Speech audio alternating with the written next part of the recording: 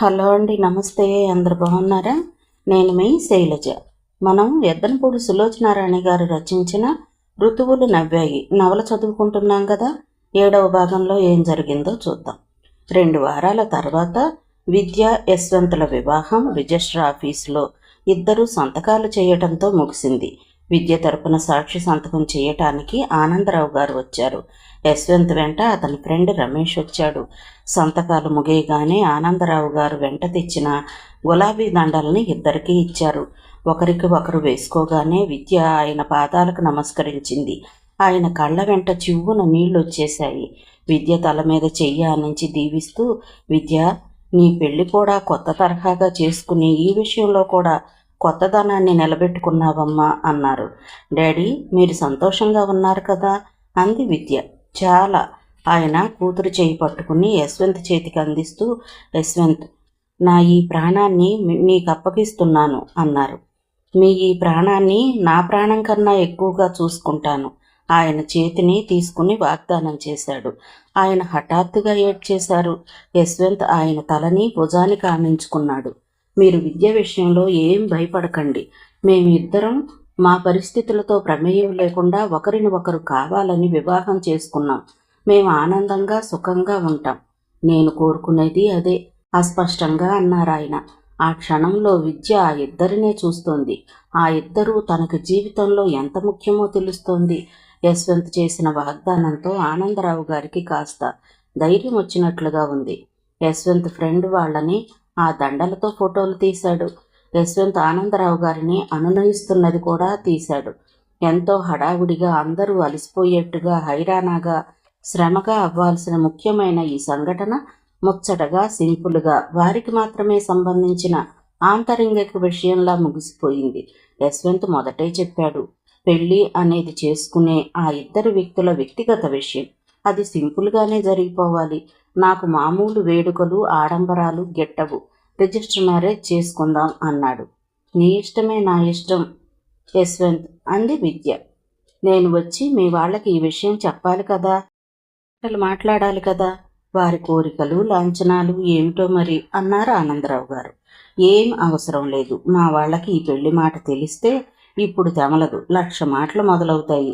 అవన్నీ సెటిల్ అయ్యి ముహూర్తం కుదిర్చే లోపల నేను విద్య ముసలివాళ్ళం అయిపోతాం అన్నాడు యశ్వంత్. పెళ్లి చేసుకునేది వాళ్ళిద్దరూ, వాళ్ళిష్టం అనుకున్నారు ఆయన. విద్య యశ్వంత్ లేనప్పుడు తండ్రి దగ్గరకు వచ్చి అడిగింది, డాడీ, మేము రిజిస్టర్ మ్యారేజ్ చేసుకోవడానికి మీకేమైనా అభ్యంతరమా? అభ్యంతరం ఏమీ లేదమ్మా. మనం ఒక రకంగా ఆచారాలకు బందీలం. అందరూ చేసినట్లే మనము చెయ్యాలి అని అందుకు సిద్ధమవుతాం. చూడమ్మా, తల్లిదండ్రులు పిల్లల్ని ముద్దు మురిపాలతో పెంచి పెద్ద చేస్తారు. ఏమీ లేని కటిక దరిద్రులైనా గంజి తాగించి ఆ పెద్ద చేయటంలోనే పిల్లల భవిష్యత్తు గురించి కలలు కంటారు. ఆ కలల్లో పిల్లల పెళ్ళి అనేది చాలా ముఖ్యమైన కళ. ఇంకో మనిషి వచ్చి మన కుటుంబంలో కలుస్తారు. మన జీవిత ప్రవాహం మరింత పెద్దదయ్యి ముందుకు సాగుతూ ఉంటుంది. ముచ్చటగా పిల్లల పెళ్లి చెయ్యాలి. వారికి పిల్లలు కలగాలి. వాళ్ళు పెరిగి పెద్దవ్వాలి. అప్పటికి వీరికి వార్ధక్యం వచ్చేస్తుంది. ఆ వార్ధక్యంలో తాను కూడా వాళ్ళ పిల్లల్లో ఒకరిగా కలిసిపోయి జీవితంలో ఆఖరి భాగం నిశ్చింతగా, నిర్భయంగా, నాకు కాలు చెయ్యి సరిగ్గా ఆడకపోయినా, కంటి చూపు లేకపోయినా నా వాళ్ళందరూ ఉన్నారు అనే ధైర్యంతో జీవితాన్ని ముగించి వేయవచ్చని ప్రతి తల్లి, తండ్రి పిల్లల కోసం ఆరాటపడతారు. అందుకే దేనికి లేని ప్రాధాన్యత పిల్లల పెళ్లికిస్తారు. వారి భవిష్యత్తుతో ఆంతరంగికంగా తమ భవిష్యత్తు కూడా ముడిపడి ఉందని నమ్ముతారు. పెద్దవాళ్ళకి పిల్లల ఇల్లు వార్ధక్యపు ఒంటరితనంలో నీడ ఇచ్చే గూడు. వయసులో ఉన్న వాళ్ళకి ఈ బాధ తెలియదమ్మా. మీరు పెద్దయి మీకు పిల్లలు పుట్టినప్పుడు కానీ ఇది అర్థం కాదు. డాడీ, ఇప్పుడు మీ కలకి భిన్నంగా ఏదైనా జరుగుతుందని భయంగా ఉందా? లేదమ్మా, లేదు. ఇన్నాళ్ళు నీ భవిష్యత్తు గురించి ఒక రకంగా అనుకున్నాను. నీకు చదువు ముఖ్యం అనుకున్నాను. చదువు, ఉద్యోగం తర్వాతనే పెళ్ళి అనుకున్నాను. ఇదంతా నా సంతోషానికి, సుఖానికే జరుగుతోంది డాడీ. నా ఆశీస్సు కూడా అదే తల్లి. కూతురు తల మీద చెయ్యి వేసి దగ్గరికి తీసుకుంటూ అన్నాడు ఆయన. ఆయన భయాందోళనలు విద్యకు బాగానే అర్థమవుతున్నాయి. విద్య యశ్వంత్ కోసం చదువు, ఉద్యోగం అనే నమ్మకాలన్నీ వదిలేస్తోంది. పోని నచ్చినవాడే దొరికాడు, ఇదైనా పర్వాలేదు. కానీ యశ్వంత్ వాళ్ళకు తెలియకుండా విద్యను పెళ్లి చేసుకుంటున్నాడు. ఆయనకి ఇది చాలా భయంగా ఉంది. విద్య వారితో అరమరికలు లేకుండా ఎమడగలదా? యశ్వంత్ అదంతా సమస్యలు లేకుండా సానుకూలం చేసుకోగలడా? అదే ఆయన భయం. కానీ విద్యలో అలాంటి సందేహమే లేదు. నాకు కావలసింది యశ్వంత్తో జీవితం ముడిపట్టం. నేను కోరుకున్నది జరుగుతోంది డాడీ, నేను సంతోషంగా ఉన్నాను అని మనసు విప్పి నిష్కల్మషంగా చెబుతోంది విద్య. విద్యకి ఎలా అభిప్రాయమైందో పెళ్లి, దాన్ని గురించిన వైభవం కూడా అంతే అయింది. విద్య, యశ్వంత్ ఒకరిని ఒకరు గాఢంగా కోరుకున్నారు. వాళ్ళిద్దరూ భార్యాభర్తలవుతున్నారు. పెళ్లి ఎలా అవుతుందో అన్న ప్రశ్నే లేదు. కూతురు మనస్తత్వం అర్థం చేసుకున్న ఆనందరావు గారు విద్యకి కోరుకున్న ఆనందం లభిస్తుందని తృప్తిగానే ఉన్నారు. యశ్వంత్ రిజిస్టర్ ఆఫీస్ నుంచి ఇంటికి రాగానే ఆనందరావు గారిని దింపి విద్యను తీసుకుని తన ఇంటికి వెళ్ళాడు. విద్య ఇంతవరకు అతని ఇంటికి రాలేదు. అతని ఇల్లు ఎలా ఉంటుంది, అతని తోడబుట్టిన వాళ్ళు ఎలా ఉంటారో విద్యకి యశ్వంత్ మాటల ద్వారా కూడా అంతగా తెలియదు. ఎందుకంటే మాటల్లో వాళ్ళ ప్రసక్తి వచ్చేదే చాలా తక్కువ. కారు గేటు తెరుచుకోగానే లోపలికి వెళుతుంటే క్షణంసేపు విద్య గుండెలు దడదడలాడాయి. వాళ్ళంతా ఒక్కసారి విరుచుకుపడితే తను ఏమని సమాధానం చెప్పగలదు? యశ్వంత్లో కాస్తైనా మార్పు లేదు. జంకు గొంకు లేకుండా మామూలుగానే ఉన్నాడు. అతను విద్యను తీసుకుని హాల్లోకి రాగానే పైనుంచి వస్తున్న ఒక 16 సంవత్సరాల అమ్మాయి ఎదురయింది. యశ్వంత్ ఆ అమ్మాయిని చూడగానే, రమి, అక్క ఎక్కడా? తమ్ముణ్ణి, పెద్దక్కని, పిన్నిని అందరినీ పిలు అని పురమాయించి విద్యని అక్కడికి పక్క ఉన్న గదిలోకి తీసుకుని వెళ్ళాడు. అక్కడ మంచం మీద ఒక ఆయన కూర్చొని ఉన్నాడు. ఆయన బాగా వయసు మరీ వార్ధక్యంలో లేకపోయినా చింతాభారంతో నలిగిపోయినట్లుగా తల నెరిసి ముఖం ముడతలతో ఉంది. పక్కన ఆయా ఉంది. ఆయన దగ్గరకు వెళ్ళి ఆయన 2 చేతులు పట్టుకుని, నాన్న, నేను పెళ్లి చేసుకున్నాను, నీ కోడల్ని తీసుకొచ్చాను అన్నాడు. ఆయనకి పెరాలసిస్ వచ్చిన మనిషి అవటం వల్ల ముఖం ఎడమ పక్కకు తిరగదు. విద్య యశ్వంత్ పురమాయింపు మీద కుడివైపుకి ఆయనకి ఎదురుగా వచ్చింది. ఆయన చూపు కూడా సరిగ్గా లేదు. పేరు విద్యుల్లత. అందరూ విద్య అని పిలుస్తారు నాన్న అన్నాడు. ఆయా కుర్చీవై మొద్ద మాటలతో అన్నారాయన. గొంతు నూతిలో నుంచి మాట్లాడుతున్నట్లుగా ఉంది. విద్య కూర్చుంది. యశ్వంత్ ఆయన మంచం మీద కూర్చున్నాడు. ఇంతలో 5-6 ఆడవాళ్లు బెలబెల్లాడుతూ అక్కడికి వచ్చారు. యశ్వంత్ మంచం మీద నుండి లేచి వాళ్లలో తల నెరిసిన ఒక ఆవిడ దగ్గరకు వెళ్ళి, అమ్మా, నేను పెళ్లి చేసుకున్నాను, ఇదిగో నీ కోడలు, పేరు విద్య. విద్య మా అమ్మ శ్రీలక్ష్మి, పెద్దక్క సుగుణ, ఈమె మా పిన్ని సుబ్బులు, ఇది నా చెల్లెలు రమ, వీడు నా తమ్ముడు సూర్యం, ఈవిడ చిన్నత్తయ్య ప్రభావతి అంటూ పరిచయం చేశాడు. విద్య లేచి యశ్వంత్ చూపిస్తున్న ప్రతి ఒక్కరికి నమస్కారం చేసింది. అందరూ విద్యను ఆశ్చర్యంగా యగాదిగా చూస్తున్నారు. థ్యాంక్ గాడ్, వాళ్ళ ముఖాల్లో కోపం, కసి లాంటివేవీ లేవు. నాకు మాట మాత్రమైనా చెప్పలేదేమిరా యశు అంది తల్లి. మొదట చెబితే ఇది ముడిపడే విషయమా? అయినా నీకెంత శ్రమ అన్నాడు యశ్వంత్. ఆవిడ 2 నిమిషాల్లో తనని తాను నిలవరించుకుంది. విద్య దగ్గరకు వచ్చి చెయ్యి పట్టుకుంటూ, రామ్మ, మావాడు ఇప్పుడు ఇంతే, ఏ పని చేసినా ముందు చెప్పడు, చేసిన తర్వాత చెప్తాడు. కాస్త ముందు తెలుసుంటే నిన్ను మా ఇంటికి ఎంతో సంబరంగా తీసుకొచ్చేవాళ్ళం అంది. విద్య యశ్వంత్ వైపు చూసింది. అతను వెళ్ళమన్నట్టు చూశాడు. వాళ్లతో లోపలికి వెళ్ళింది. విద్యని యశ్వంత్ గదిలోకి తీసుకొచ్చి అతని మంచం మీద కూర్చోబెట్టారు. యశ్వంత్ తల్లి చిన్న కొడుకుని గబాలను బజారుకు వెళ్ళి స్వీటు, పూలు, పళ్ళు పట్టుకురమ్మని పురమాయించింది. పెద్ద కూతురికి ఏదో చెప్పింది. ఆ అమ్మాయి లోపలికి వెళ్ళింది. ఆవిడ కూడా ఏదో పని మీద లోపలికి వెళ్ళింది. రమ చెప్పింది, ఇది మా అన్నయ్య గది, మా అందరి గది కూడా, సుబ్బులు అన్నావిడ అంది. రమ, ఆ రోజులు వెళ్ళాయి. ఇక ఈ పూట నుంచి ఈ గదిలో మీకు స్వతంత్రం లేదు. ఎందుకని? మీ వదినొచ్చింది కాబట్టి. ఏం చదువుకున్నావమ్మా? ప్రభావతి అడిగింది. BA 2వ సంవత్సరం. అంటే చదువు పూర్తి కాలేదా? లేదు. తల్లిదండ్రులున్నారా? తల్లి లేదండి, తండ్రి ఉన్నారు. ఆయనకి ఈ పెళ్లి తెలుసా? తెలుసు. మరి ఆయన ఒప్పుకున్నారా? ప్రభావతి సుబ్బుల్ని మోచేత్తో పొడిచింది. అయితే మీ వాళ్ళకి తెలుసు అన్నమాట. మరి ఈ పెళ్లి గురించి కామేశ్వరికి తెలుసా? సుబ్బులు అడిగింది. ఆవిడెవరు? విద్య ఆసక్తిగా అడిగింది. ఆవిడెవరా? ప్రభావతి బొగ్గన చెయ్యి పెట్టుకుంది. ఏమిటి, మా వాడిని పెళ్లి చేసుకుని మా ఇంటికి వచ్చావు, ఆవిడెవరో తెలియదా? ఆవిడ అన్న ఆ తీరుకి విద్య కళ్ళు రెపరెపలాడాయి. పాపం, ఆ పిల్లకి తెలియదేమోనే అంది సుబ్బులు. ఏమిటి, కామేశ్వరికి తెలియకుండా పెళ్లి చేసుకుంటాడా? అన్ని గుండెలున్నాయా వీడికి? ఉన్నాయని ఇప్పుడే కదా తెలుస్తోంది. ఇంతలో శ్రీలక్ష్మి అక్కడికి వచ్చింది. ఆవిడ చేతిలో చీర, జాకెట్, స్వీటు, పళ్ళు, పూలు పెట్టిన పళ్ళెం ఉంది. విద్యకి బొట్టు పెట్టిస్తూ, మావాడు కాస్త ముందు చెప్తే ఎంతో బాగుండేదమ్మా, వాడెప్పుడూ ఇంతే, ఇంట్లో ఉన్నదేదో ఇస్తున్నాను అంది. విన్నావా, కామేశ్వరికి ఈ పెళ్లి విషయం తెలియదు అంది ప్రభావతి. శ్రీలక్ష్మి ముఖం ఒక్క నిమిషం వెలవెలబోయింది. ఏమిటో వాడిష్టం, వాడెవ్వరికి ఏదీ చెప్పడు అందావిడ. యశ్వంత్ అక్కడికి వచ్చాడు. విద్య వెళదామా అడిగాడు. వెంటనే లేచింది విద్య. అదేమిటి, వెళ్ళటం ఏంటి, భోజనాలు చేద్దురు గాని, పెళ్లి చెప్పకుండా చేసుకుంటే చేసుకున్నావు. సత్యనారాయణ స్వామి వ్రతం చేయిస్తాను, బ్రాహ్మణ్ణి తీసుకురావటానికి తమ్ముడు వెళ్ళాడు. అందరినీ పిలిచి పార్టీ అయినా ఇవ్వద్దు. అమ్మా, అవన్నీ ఏమీ చేయటం లేదు. మేము అసలు ఊళ్ళో ఉండటం లేదు. సాయంత్రం బెంగళూరు వెళ్తున్నాం. పోనీ భోజనాలు ఇక్కడ చేయండి. విద్య వాళ్ళ ఇంట్లో చేస్తాం, అక్కడికి వస్తామని చెప్పాం. ఆవిడ కళ్ళల్లో గిర్రున నీళ్లు తిరిగాయి. అతను దగ్గరకు వచ్చి తల్లి తల మీద చెయ్యి వేశాడు. పిచ్చమ్మా, మేము తిరిగి వస్తాం, అప్పుడు నీ దగ్గరే ఉంటాం, సరేనా? ఇప్పటికి వదిలే, మంచి అమ్మవు కదూ అన్నాడు. సరే వెళ్ళిరా. ఏమిటో నా జాతకం, నిన్ను కన్నాను, పెంచలేకపోయాను, నీ దగ్గరగానే ఉన్నాను, నా చేతులతో నీకు పెళ్లి చేయలేకపోయాను. నాది చాలా పాపిష్టి జన్మరా. అదిగో మళ్ళీ మొదలు పెట్టావా, అయితే నేను అసలు ఇంటికే రాను అన్నాడు. సరేరా, నీ ఇష్టం, అంతా నీ ఇష్టం అందావిడ వెంటనే. విద్యకి వాళ్ళిద్దరి సంభాషణ ఆసక్తిగా అనిపించింది. విద్య అందరికీ చెప్పి యశ్వంత్తో వచ్చేసింది. అతనితో వస్తుంటే అత్తవారింటికి వెళ్ళి వచ్చినట్టుగా లేదు, ఎవరో అపరిచితుల ఇంటికి ఒక్క క్షణం వెళ్ళొచ్చినట్లుగా ఉంది. ఏమన్నారాళ్ళు? ఇంటికి వస్తూ ఉండగా దారిలో అడిగాడు. కామేశ్వర్ గారికి తెలుసా అని అడిగారు. నువ్వేమన్నావు? ఆవిడెవరు అని అడిగాను. యశ్వంత్ ముఖం పైకెత్తి పక్కున నవ్వాడు. తర్వాత అతనే చెప్పాడు. మా పెంపుడు అమ్మ పేరు కామేశ్వరి. నేను ఇలా వీళ్లతో చెప్పకుండా పెళ్లి చేసుకున్నా ఎందుకు ఊరుకున్నారో తెలుసా? మా మదర్కి తెలియకుండా, ఆవిడ పెత్తనం లేకుండా పెళ్లి చేసుకున్నానని సంతోషం. మాది ఒక పెద్ద కుటుంబ రాజకీయం అనుకో అన్నాడు. ఇంతలో విద్య ఇల్లు రానే వచ్చింది.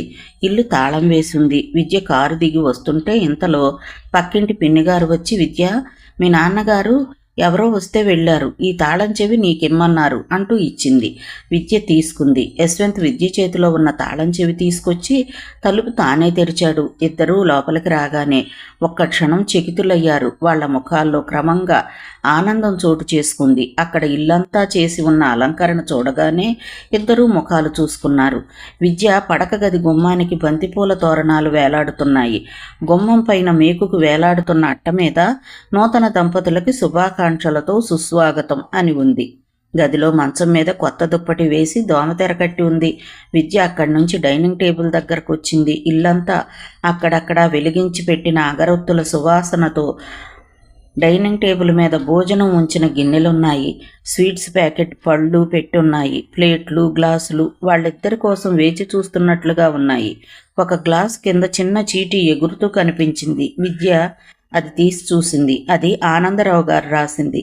అందులో ఇలా ఉంది. విద్య, యశ్వంత్, పూనా నుంచి నారాయణరావు గారు వచ్చారు. నేను ఆయనతో కలిసి ఆయన బావమరిది ఇంటికి రామచంద్రాపురం వెళుతున్నాను. రేపు వస్తాను. మీ ఇద్దరికీ నా శుభాకాంక్షలు. పక్కింటి పిన్నిగారు, వారి అమ్మాయి సీత.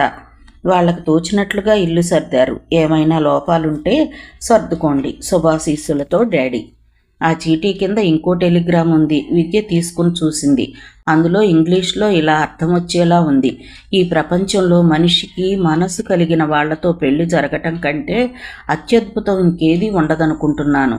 మీకు ఈ శుభ సమయంలో నా హృదయపూర్వకమైన అభినందనలు, వసంత్ అని ఉంది. విద్యకి ఆ టెలిగ్రామ్ చూడగానే ఎంతో సంతోషం కలిగింది. వీధి తలుపు వేసి వెనక నుంచి విద్య అని పిలిచాడు.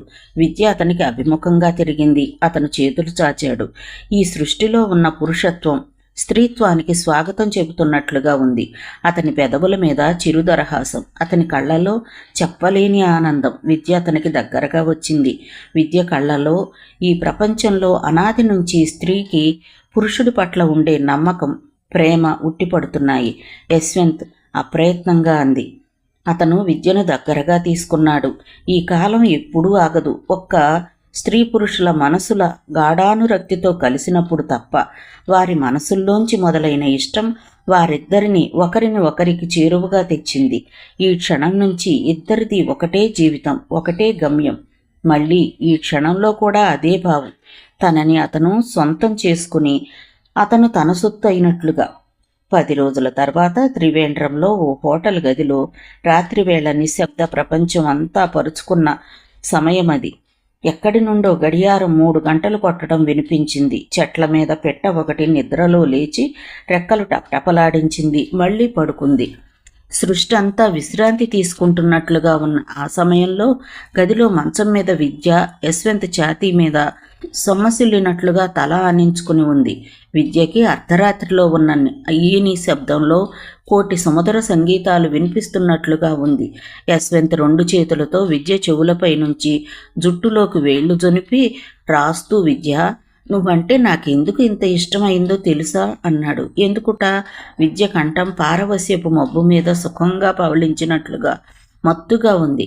అతను మృదు గంభీర స్వరంతో మంద్రస్థాయిలో చెప్పాడు, నువ్వు నా గురించి ఏమీ తెలుసుకోలేదు, నా పరిస్థితులేమిటో అడగలేదు, నా వాళ్ల గురించి తెలుసుకోవటానికి ఆరాటపడలేదు, పెళ్లి కోసం షరతులేవీ పెట్టలేదు, కేవలం నేనొక్కడినే నీకు ముఖ్యం అన్నట్లుగా ఒప్పుకున్నావు. ఇది నా జీవితంలో మరచిపోలేని అపూర్వమైన విషయం.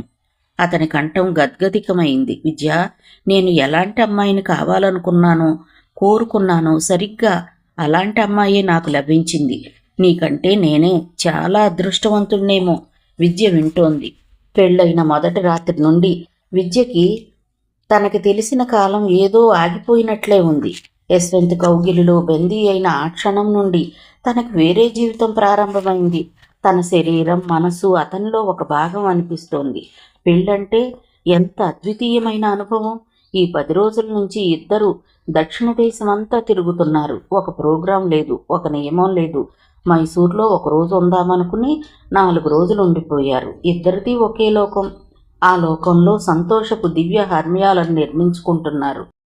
భావి దాంపత్య జీవన సౌధానికి పునాదులు ఏర్పడుతున్నాయి. తొలి ఉషస్సులో మంచు బిందువులు వారిని చూసి కళకళ్లాడేవి. సూర్యాస్తమయంలో అందం వారిని ఆవహించేది. ఎక్కడైనా ఎత్తైన చోట కూర్చుని ఒకరి చెయ్యి ఒకరు పట్టుకుని సూర్యాస్తమయం చూడటం ఇద్దరికీ ఆనందంగా ఉండేది. రాత్రివేళ వెన్నెల్లో యశ్వంత్ గది కిటికీ దగ్గరికి మంచం లాగి వెన్నెల దాని మీద పడుతూ ఉంటే విద్యను అక్కడ కూర్చోమని ఒడిలో తలపెట్టుకుని పడుకునేవాడు. విద్యకి జీవితం సుందర స్వప్నంలా అనిపించసాగింది. తండ్రికి ప్రతి ఊరు నుండి టెలిగ్రామ్ పంపేది. ఒక్కోసారి ఇద్దరు ఎన్నో కబుర్లు చెప్పుకునేవాళ్ళు. ఒక్కోసారి మాటలో అవసరం లేనట్లుగా ఒకరికి దగ్గరగా ఒకరు ఉండిపోయేవారు. ఒకరి సాన్నిహిత్యం మరొకరికి వరంగా ఉండేది. అతనితో కబుర్లు చెబుతూనో అతను చెప్పిన మాటలు వింటూనో విద్య అతని గుండెల మీద ముఖం ఆనించి ఒక్కోసారి అలాగే నిద్రపోయేది. వదిలితే ఆమెకి ఎక్కడ మెలకు వస్తుందో అన్నట్లుగా అలాగే ఉండిపోయేవాడు. అతను దాదాపు రోజు ఉదయం లేవగానే ఇంటికి ఫోన్ బుక్ చేస్తాడు. ఈరోజు కూడా అలాగే చేశాడు. అవతల నుండి ఫోన్ రాగానే మాట్లాడాడు. తండ్రి తల్లి క్షేమం వరుసగా అడిగాడు. ఏమిటి అన్నాడు. అతని ముఖం ఆదుర్దా అయింది. కనుబొమ్మలు ముడిపడ్డాయి. బ్రేక్ఫాస్ట్ ఆర్డర్ చేసి అతని కోసం ఎదురు చూస్తున్న విద్య అతని కంఠంలో ఆదుర్దా విని తిరిగి చూసింది. నేను ఈరోజే బయలుదేరుతున్నానని చెప్పు, నేను వచ్చేస్తున్నాను కదా, ఉంటాను అనేసి అతను ఫోన్ పెట్టేశాడు. ఫోన్ పెట్టిన అతను ఎప్పట్లా విద్య వైపు వెంటనే తిరగలేదు. ఒక్క క్షణం ఆలోచనగా పెదవి నములుతూ అలాగే నిలబడిపోయాడు. ఏమైంది? విద్య అతనికి దగ్గరగా వచ్చి అడిగింది. స్టేట్స్ నుండి మమ్మీ వచ్చిందట. కామేశ్వరి గారా? అవును. విద్య అతని ముఖాన్ని తదేకంగా చూస్తోంది. మనం ఈ పూట వెళ్ళిపోతున్నాం. అతను విద్య నడుం చుట్టూ చేతులు పెనవేస్తూ అన్నాడు. ఆ సాయంత్రం ఇద్దరు ప్లేన్లో పక్కపక్కన కూర్చుని మెడ్రాస్ వచ్చేస్తున్నారు. విద్య దూరంగా కనిపిస్తున్న మబ్బుల పర్వతాలని చిన్నపిల్లలా సంబరంగా చూస్తోంది. యశ్వంత్ ముఖం సీరియస్గా ఏదో ఆలోచిస్తున్నట్లుగా పరధ్యానంగా ఉంది. విద్య తల తిప్పి అతని వైపు చూసింది. అతను ఇటు చూడలేదు. విద్య అతని చేతి మీద గిల్లింది. అతను ఉలిక్కి పడ్డట్టుగా తిరిగాడు. విద్య నవ్వింది. విద్యను చూడగానే అతని ముఖంలో సీరియస్నెస్ మాయమైంది. ఏమిటి అన్నాడు. ఏం లేదు. విద్య అతని చేతి కైదండలో 2 చేతులతో పట్టుకుని అతని భుజం మీద తల ఆనించింది. ఆ క్షణంలో ఆమె సంతృప్తి అనే సౌరభంలో తడిసిన రోజాలా ఉంది. విద్య ముఖంలో ఎనలేని ఆనందం, చెప్పలేని తృప్తి, అనుభవిస్తున్న సుఖం స్పష్టంగా కనిపిస్తుంది. యశ్వంత్ ఎడమ చెయ్యి ఎత్తి విద్య తల మీద ఆనించాడు. ఒక్క నిమిషం విద్య తలని చేత్తో నొక్కుకున్నాడు. ఈ ప్రపంచంలో యుగ యుగాల నుండి స్త్రీ పురుషుల్లో ఏది కోరుకుంటుందో అది విద్యకు లభించినట్లుగా ఉంది. నిజమైన స్త్రీ పురుషుడు ఇచ్చే సిరి సంపదలకి ఆశపడదు, పేరు ప్రతిష్టలకు మోజుపడదు. మానసికంగా అతను ఇచ్చే శక్తికి, అతను ప్రేమతో తనతో చిగురింపచేసి వృద్ధి పొందే పిల్లల కోసం ఆశపడుతుంది. ఈ యావత్ సృష్టిలోకెల్లా మహాద్భుతమైన మనిషిని సృష్టించడంలో పురుషుడికి సాయపడటానికే తాను అన్నట్లుగా, తన జన్మన దానికి చరితార్థం అన్నట్లుగా భావిస్తుంది. అదే ఆమె యొక్క ఆనందం, అందం, పరమార్థం. యశ్వంత్ విద్య హైదరాబాద్ వచ్చేశారు. పెళ్లి అయిన ఈ 2-3 వారాల్లో విద్యలో వివాహిత స్త్రీ హుందాతనం వచ్చేసింది. పక్కింటి పిన్నిగారు విద్యను చూస్తూ, ఈ ఆడపిల్లలు ఎంత చిత్రంగా ఎదిగిపోతారు. నిన్న మొన్నటి వరకు విద్య చిన్నపిల్లలా ఉండేది. ఈరోజు ఆమెకే తెలియని అపరిచితులు కూడా విద్య బాధ్యతాయుతమైన జీవితాన్ని గడుపుతున్నట్లుగా గ్రహిస్తారు అంది. యశ్వంత్ విద్యను సరాసరి తీసుకువచ్చి ఆనందరావు గారి దగ్గర దించేశాడు. విద్య, నేను మమ్మీని కలిసి ఇప్పుడే వస్తాను అన్నాడు. సరే అందామె. అతను వెళ్ళాడు. వెళ్ళినవాడు సాయంకాలం 5 గంటలకు కానీ తిరిగి రాలేదు. విద్య అతను వెళ్ళిన క్షణం నుండి అతని కోసం ఎదురు చూస్తూ కూర్చుంది. ఉదయం అతనితో కలిసి తాగిన కాఫీ, ఆనందరావు గారు కాలేజీకి వెళ్ళేటప్పుడు భోజనం చేస్తూ, నువ్వు కూడా రామ్మా అంటే, నేను యశ్వంత్ వచ్చిన తర్వాత తింటాలే డాడీ అంది. మధ్యాహ్నం అయింది, సాయంత్రం అయింది. విద్య కూర్చునే ఉంది. అతని గురించి ఆలోచిస్తుంటేనే ఎంతో హాయిగా ఉంది. ఈ 10 రోజుల్లో తానెంత సంతోషంగా ఉందో గుర్తుకొస్తోంది. టైం 1-2 సార్లు చూసింది. ఆ తర్వాత చూడడం మానేసింది. సాయంత్రం అతను రాగానే విద్య భోజనం చేయలేదని తెలిసి నొచ్చుకున్నాడు. తానే అన్నం కలిపి తినిపించాడు. అతను కామేశ్వరి బలవంతం మీద ఆవిడతో కలిసి భోజనం చేయక తప్పలేదట. విద్య, త్వరగా తయారుగా, నిన్ను మమ్మీ దగ్గరకు తీసుకెళ్తాను అన్నాడు. విద్య 10 నిమిషాల్లో తయారయ్యి వచ్చింది. విద్యను తీసుకొని వెళుతూ ఉండగా దోవలో కారు డ్రైవ్ చేస్తూ చెప్పాడు. విద్య, మా మమ్మీ అదో రకమైన మనిషి, జాగ్రత్త. విద్య తల ఊపింది. యశ్వంత్ తనకు ఉండగా ఎవరు ఎలా ఉంటే తనకేం? యశ్వంత్ విద్య చెయ్యి నొక్కి వదిలాడు. కారు సిటీలో ఉన్న అత్యంత అధునాతనమైన హోటల్ సితారకు వెళ్ళింది. నౌబత్ పహడ మీద ఉన్న ఆ హోటల్ ఆవరణలో నిలబడి చూస్తే చుట్టుపక్కల సిటీ, ట్యాంక్ బండ్ అంతా చాలా అందంగా కనిపిస్తోంది. ఇద్దరు లిఫ్ట్లో పై అంతస్తులో ఉన్న ఆమె గదికి వెళ్లారు. యశ్వంత్ కాలింగ్ బెల్ నొక్కాడు. ఒక్క క్షణమైన తర్వాత తలుపు తెరుచుకుంది. బాబ్డ్ హెయిర్లో ఉన్న ఒక ఆమె బయటకు తొంగి చూసింది. ఆమె కంటే ఆమె ఆవరించుకున్న ఫారెన్ పరిమళం గుప్పుమంటూ ముందుగా వచ్చి వారిని చుట్టేసింది. యశ్వంత్ని రెప్పపాటుగా అతని పక్కనున్న విద్యని చూసి ఆవిడ తలుపు తెరిచి లోపలికి వెళ్ళింది. ఆవిడ వెంటే ఇద్దరూ వెళ్లారు. యశ్వంత్, విద్య వచ్చి కూర్చున్నారు. ఆవిడ ఫోన్లో మాట్లాడుతూ సగంలో ఆపి వచ్చినట్లుగా ఉంది. వెళ్ళి రిసీవర్ తీసుకుని, నేను మళ్ళీ చేస్తాను, విజిటర్స్ వచ్చారు యా అని చెప్పేసి పెట్టేసింది. ఆ ఇంగ్లీష్లో అమెరికన్ యాస కాస్త అతిగానే ఉంది. అక్కడి నుండి వచ్చి యశ్వంత్ విద్యలకు ఎదురుగా కూర్చుంది. ఆ కూర్చోవటంలో తెచ్చిపెట్టుకున్న హుందాతనం, బాగా అలవాటు చేసుకున్న ధోరణి ఉంది. విద్య నమస్కరించింది. ఆవిడ విద్యను చూడలేదు. కొడుకుతో, ఇష్యూ, నాకు ఈ రూమ్ బాగాలేదు. ఆ ఎదురు వరుసలో అయితే ట్యాంక్ బండ్ బాగా కనిపిస్తుంది. రూమ్ మార్చమని అడిగాను. ఎంత టైం పడుతుందో మేనేజర్ని అడిగిరా అంది.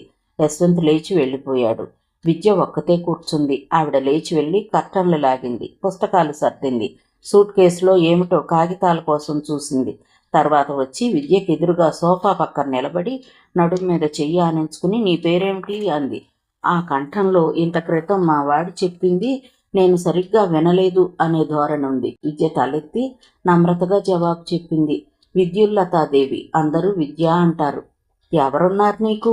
మా డాడీ ఒక్కడే. ఆయన ఏం చేస్తాడు? లెక్చరర్. వాడికి నీకు ఎన్నేళ్ల నుంచి పరిచయం? ఎన్నేళ్ల? కొన్ని నెలల పరిచయం మాత్రమే.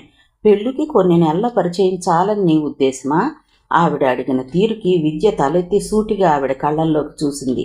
అది నా స్వవిషయం. నేనెవరితోనూ తర్కించను. తర్కించాల్సిన అవసరం నీకు లేదేమో, నాకుంది.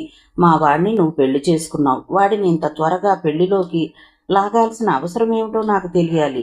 విద్య నిభాయించుకుంది. తెలుసుకోండి, అది మీ స్వవిషయం, నాకు సంబంధం లేదు అంది. ఆవిడికి విద్య బెదిరిపోకుండా అలా సమాధానం చెప్పడం చూసి మండిపోయింది. నువ్వు మా వాడి పూర్వాపరాలు చూడకుండా ఎందుకు చేసుకున్నావో నాకు బాగా తెలుసు. మా వాడికి బాగా డబ్బు ఉంది. ఇలా పిల్లాడు కాస్త బాగుంటే, బాగా డబ్బుంటే నిమిషాల మీద ప్రేమలు పుట్టుకొచ్చేసి వాళ్ళని పెళ్ళిళ్ళ ఉచ్చులోకి లాగే ఆడపిల్లల్ని 1,00,000 మందిని చూశాను నేను. విద్య హాయిగా నవ్వేసింది. అయితే మీరు ఈ సబ్జెక్టు మీద ఒక పెద్ద పుస్తకమే రాసేయొచ్చు. ఆవిడ విద్యను మిర్రిమిర్రి చూసింది. విద్య అన్న మాటల్లో శ్లేష ఏమీ లేదని, ఆ మాట మామూలుగానే అందని ఆవిడ గమనించలేకపోయింది. విద్యని ఆవిడ నిశ్చింతగా చూస్తుంది. ఈ పిల్ల చాలా తెలివిగలదిలా ఉంది. యశ్వంత్ని కొంగున ముడేసుకుందిగా, అందుకే అంత నిబ్బరంగా కూర్చుంది. విద్య నిబ్బరం చూసే కొద్దీ ఆవిడ ఒంటి కారం రాసుకున్నట్టుగా మంటలెత్తిపోతుంది. ఇంతలో యశ్వంత్ వచ్చాడు. అతని చూపులు ఆదుర్దాగా ఉన్నాయి. అతను రాగానే విద్య ముఖం పరీక్షగా చూశాడు. విద్య ముఖం ఎప్పటిలాగానే ప్రసన్నంగా ఉంది. అతని మనసు తేలికపడ్డట్టుగా అయింది. ఊహించిన ప్రమాదం తప్పినట్లుగా అనిపించింది. కామేశ్వరి ముఖ కవళికలు చిటపట్లాడుతూనే ఉన్నాయి. అతను వెంటనే రూమ్ మారే ఏర్పాట్లు జరుగుతాయని చెప్పాడు. ఇంతలో బాయ్స్ రానే వచ్చారు. 10 నిమిషాల్లో రూమ్ మారే కార్యక్రమం జరిగిపోయింది. ఇక్కడ ఎలా ఉంది మమ్మీ? కిటికీ తెరలు పక్కకు లాగుతూ అన్నాడు. అక్కడి నుంచి ఆవిడ కోరుకున్నట్టే ట్యాంక్ బండ్ అందం బాగా కనిపిస్తుంది.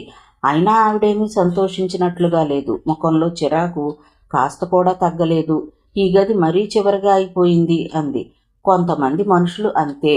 వారిని ఎదుటివారు ఎంత సంతృప్తిపరచాలని ఎన్ని సౌకర్యాలు అమర్చినా ఏదో ఒక లోపం వెతుకుతూ చిరచిరలాడుతూ అసంతృప్తిగానే ఉంటారు. కామేశ్వరి స్వభావం కూడా అంతే. మమ్మీ, నేను విద్యను దింపొస్తాను అన్నాడతను. ఆవిడ తల ఊపింది.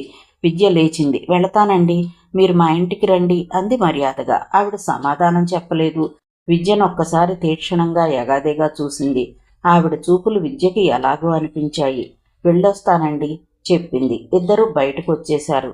క్యారిడర్లో నడుస్తూ ఉండగా యశ్వంత్ అడిగారు, మమ్మీ ఏమంది? నిన్ను డబ్బు కోసం పెళ్లి చేసుకున్నానంది. నువ్వేమన్నావు? ఏమీ అనలేదు. నిజంగానా? నిజంగానే. ఆవిడ తెలియక అనుకుంటుంది. దానికి నేనెందుకు ఆవేశపడాలి? అక్కడ లైటు కాంతి తక్కువగా ఉంది. యశ్వంత్ గబాల్న విద్య చెయ్యి పట్టుకుని అక్కడ ఉన్న ఒక స్తంభం నీడలోకి లాగాడు. వెంటనే విద్య పెదవుల మీద గట్టిగా ముద్దు పెట్టుకున్నాడు. అరే, ఇదేమిటి? రెప్పపాటుగా జరిగిన ఈ పనికి తెల్లబోతూ అంది. థ్యాంక్ యూ వెరీ మచ్ అన్నాడు. విద్యకి అతనికి అంత సంతోషం కలిగించే పని తానేం చేశానా అనిపించింది. అతని పెంపుడు తల్లితో మాట్లాడటమా? అది తన కర్తవ్యం కదా. ఇద్దరూ లిఫ్ట్లో దిగి వచ్చి అక్కడున్న కారులో కూర్చున్నారు. ఇద్దరూ ఇంటికొచ్చారు. యశ్వంత్ ఇంట్లోకి రాలేదు. బయట నుంచి, విద్య 7 గంటలకు లాయర్ గారు వస్తారు. మమ్మీ వ్యవహారాలు కొన్ని ఉన్నాయి. నా కోసం చూడకుండా భోజనం చెయ్యి. నేను పని అవగానే వచ్చేస్తాను అని వెళ్ళిపోయాడు. విద్య లోపలికి వచ్చింది. యశ్వంత్ వెళ్ళిపోతుంటే తను అతన్ని వదిలి ఒక్క క్షణం కూడా ఉండలేను అని బలీయంగా అనిపించసాగింది. బాగుంది. ఇలా అయితే అతని పనులు ఎలా అవుతాయి? తన మనసుకు తానే నచ్చజెప్పుకుంది. ఇంట్లోకి రాగానే ఆనందరావు గారు, యశ్వంత్ ఏడమ్మా అని అడిగారు. పనుందట డాడీ, తర్వాత వస్తానని వెళ్ళాడు అంది. విద్య గదిలోకి వెళ్ళి బట్టలు మార్చుకుని వచ్చింది. ఆనందరావు గారు అన్నారు, ఇది విన్నావా తల్లి? ఏమిటి డాడీ? వసంత్ ఈ ఊళ్ళోనే ఉన్నాడట. వాళ్ళ ఫ్రెండ్ ప్రభాకర్ బజార్లో కనిపించాడు. వసంత్కి ఒంట్లో బాగుండలేదట. బాగా జ్వరం వస్తోందంటేను వెళ్ళి చూసొచ్చాను. ఎంత చిక్కిపోయాడనుకున్నావు? అస్థిపంజరంలా ఉన్నాడు. నేను గుర్తుపట్టలేకపోయానంటే నమ్ము. నీ గురించి అడిగాడు. నువ్వు ఈరోజే ఊరు నుండి వచ్చావని చెప్పాను. జ్వరం తగ్గిన తర్వాత చూడటానికి వస్తానని చెప్పమన్నాడు. ఇలాంటి కంపెనీయే కలకత్తాలో పెడుతున్నారట. తొందరలో అక్కడికి వెళ్ళిపోతాడట. ఈ కంపెనీ అంతా అక్కడికి ట్రాన్స్ఫర్ చేసే ప్రయత్నంలో ఉన్నాడు. విద్య శ్రద్ధగా తండ్రి చెప్పే మాటలు ఆశాంతం వింది. ఒక్క నిమిషం అలాగే నిలబడిపోయింది. వసంత సుస్థి. అతను ఈ ఊరు నుంచి వెళ్ళిపోవాలి అనుకోవటం, ఈ పాటలు వినగానే మనసంతా ఎలాగో అనిపించింది. తాను ఎంతో సంతోషంగా ఉంది. అతను ఇంకా బాధపడుతున్నాడా? విద్య తండ్రి దగ్గరకు వచ్చింది. డాడీ, వెళ్ళి వసంతను చూసొద్దామా? ఇప్పుడా? ఏం టైం 7 గంటలు కూడా కాలేదుగా అంది. పద. ఆయనకి ఎంతో సంతోషం కలిగింది. ఇద్దరూ బయలుదేరి వెళ్లారు. ఇల్లు అశోక్ నగర్లో మేడ మీద ఉంది. ఆనందరావు గారు కాలింగ్ బెల్ నొక్కగానే ఒక అతనొచ్చాడు. మీరా? రండి అన్నాడు. కూతురికి ఇతనే ప్రభాకర్ అని చెప్పాడు ఆనందరావు గారు. ఇద్దరు లోపలికి వెళ్లారు. ఇల్లంతా బ్యాచిలర్స్ క్వార్టర్లా ఎక్కడ పడితే అక్కడ లుంగీలు, తోవాళ్లు, పుస్తకాలు పడేసి ఆడగాలి ఆ చుట్టుపక్కలే లేనట్లుగా ఉంది. వసంత్ మంచం మీద ముసుగు పెట్టుకుని పడుకునున్నాడు. నీకోసం ఎవరో వచ్చారా అన్నాడు ప్రభాకర్. ఎవరు? నేనిప్పుడు మాట్లాడలేను, వెళ్ళమని చెప్పు. ఆ కంఠం ఎంతో నీరసంగా ఉంది. వసంత్ ఆనందరావు గారు పిలిచారు. వసంత్ ఆయన గొంతు వినగానే ముసుగు తీశాడు. ఎవరు అనబోతున్న అతను ఎదురుగా నిలబడిన విద్యను చూసి ఆశ్చర్యపోయాడు. తాను చూస్తున్నది కళ నిజమా అన్నట్లుగా ఉంది అతని ముఖం. నువ్వా?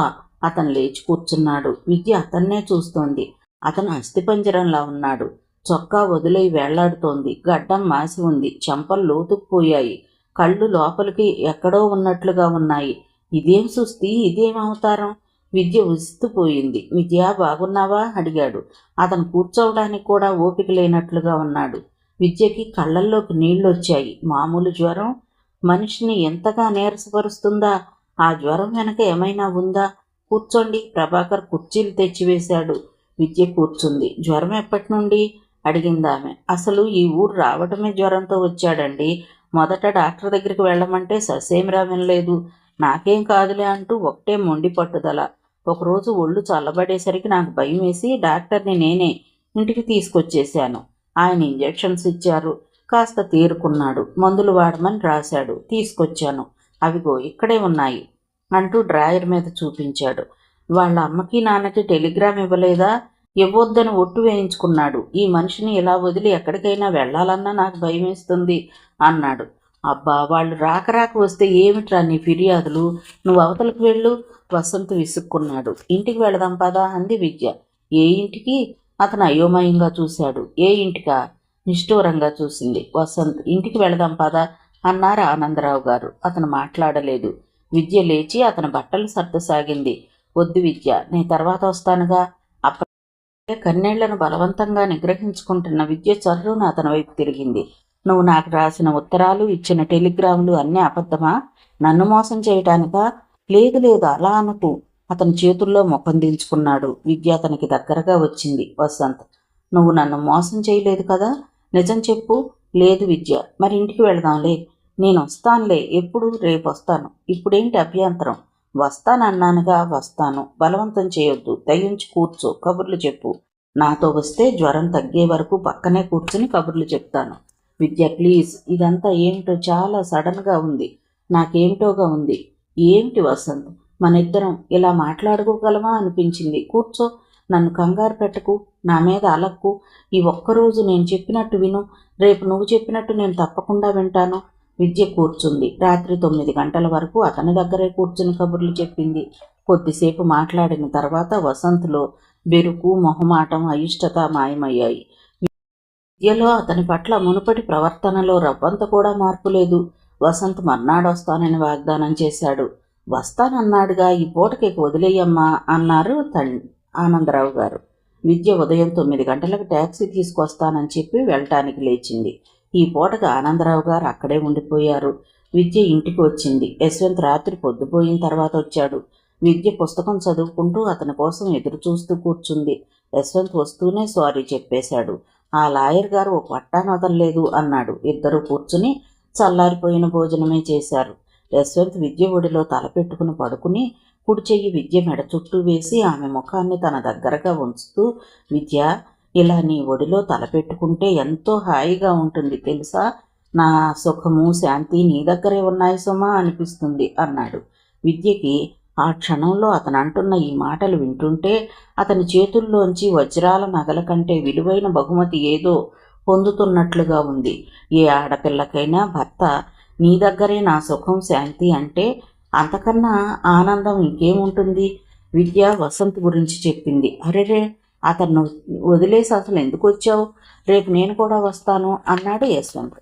మర్నాడు ఉదయమే యశ్వంత్, విద్య వసంత్ రూమ్కి వెళ్ళారు. వసంత్ లేచి కూర్చుని యశ్వంత్తో కరచాలనం చేశాడు. ఇక్కడికి రాకపోతే విద్య ఇక్కడే ఉండిపోతుంది. విద్య వెంట నేను ఉండిపోవాల్సి వస్తుంది సుమా.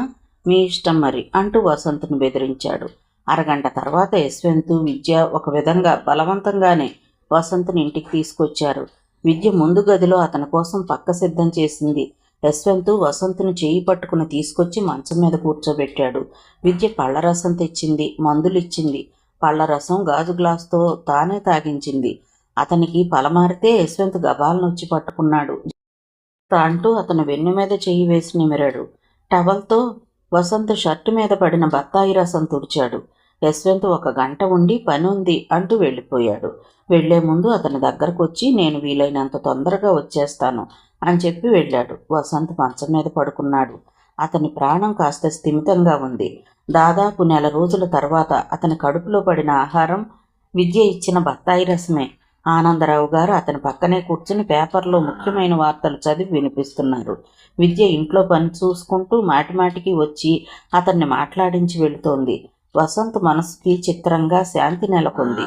ఇన్నాళ్ల నుంచి అతన్ని పీడించిన ఒంటరితనం కాస్త వదిలినట్లుగా ఉంది. 4 రోజులు గడిచాయి. ఈ 4 రోజుల్లో వసంత్ బాగా కోలుకున్నాడు.